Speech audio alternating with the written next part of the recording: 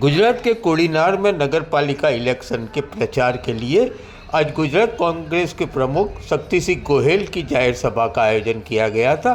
ये सभा में गुजरात कांग्रेस के नेता गयासुद्दीन शेख, एमएलए विमल चुड़ासमा और कई कोड़ीनार और आजू बाजू के कांग्रेस के नेता हाजिर रहे थे।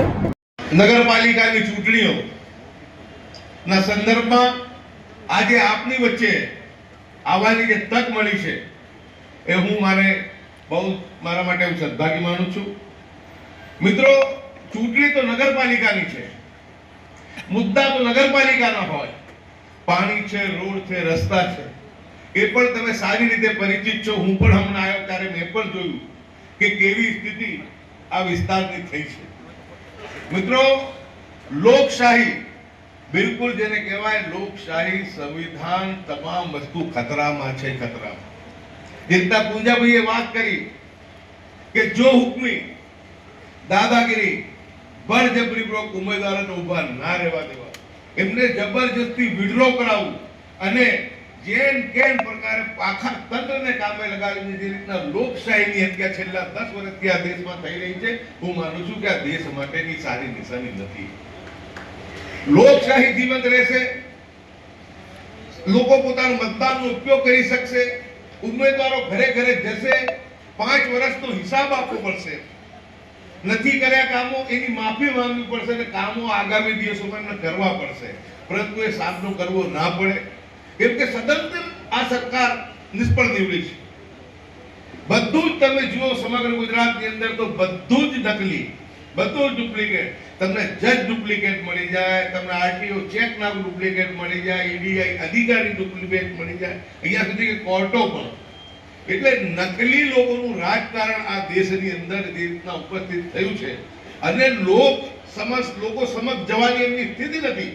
એવા સમયની અંદર ગમે તેમ ન્યાયકેન પ્રકારે ચૂંટણીઓને ટાળવા માટે આ ધાક ધમકીનું રાજકારણ સમગ્ર ગુજરાતની અંદર 62 નગરપાલિકાઓમાં શરૂ થયું છે।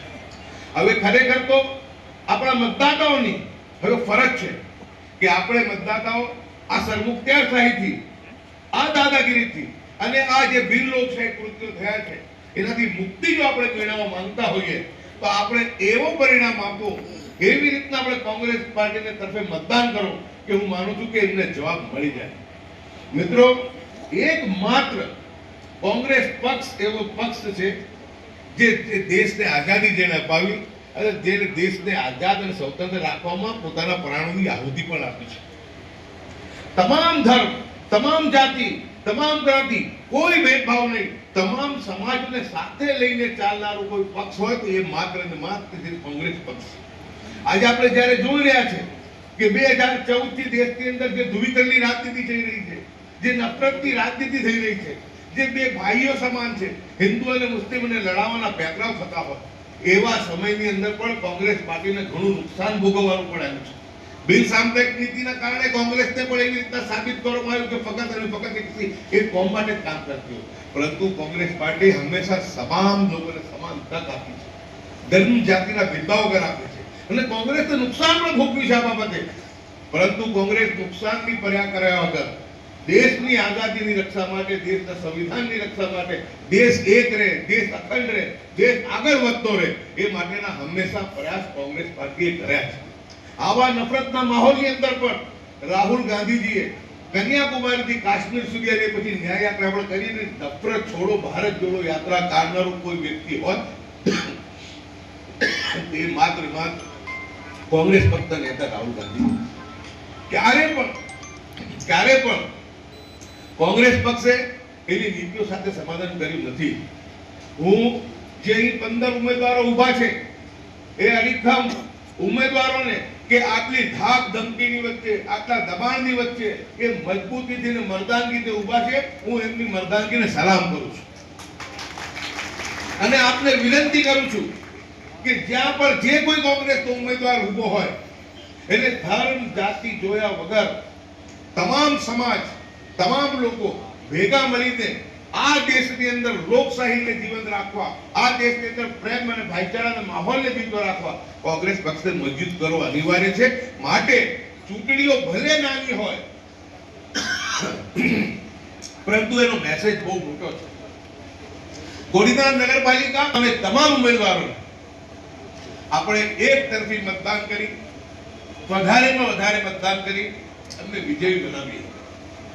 મિત્રો, જો આપણે આ ધાક ધમકીના રાજકારણથી મુક્તિ માંગતા હોઈએ, ધ્રુવીકરણની રાજનીતિથી મુક્તિ ચાહતા હોઈએ, પ્રેમ ભાઈચારા અને સદભાવનાને બળવત્તર કરવા માંગતા હોઈએ, દેશ વિશ્વની મહાસત્તા બને અને ગુજરાત આપણું દેશનું નંબર 1 રાજ્ય બની રહે, એ માત્ર કાર્ય કોઈ કરી શકે હોય તો એ કોંગ્રેસ પક્ષ જ છે. એટલે તમામ લોકોને મારી વિનંતી છે કે નિર્ભય રીતે બહાર નીકળજો અને જ્યારે આપણી સામે મિશન મોટું હોય તો નાની નાની સુલભ બાબતો પર ધ્યાન આપણે આપ્યા સિવાય અલ્લાહ ઈશ્વર થી એનાથી ડર સિવાય કોઈની પર ડર ના રાખીએ અને મક્કમતાથી એકતા અને ભાઈચારાને અને કોડીનારના વિકાસને બળવત્તર બનાવવા માટે આપણે બધા ભેગા થઈને મતદાન કરીએ. હું ખાસ કરીને તમામ જે બેઠા છે એમની પર વિનંતી કરું છું અને અહીંયા મોટી સંખ્યામાં મારા મુસ્લિમ સમાજના લોકો પણ અહીંયા ઉપસ્થિત છે ત્યારે એમને પણ હું ખાસ વિનંતી કરું છું કે આ તમામ લોકો બહુ જ સારી રીતે દેશની વર્તમાન સાંપ્રત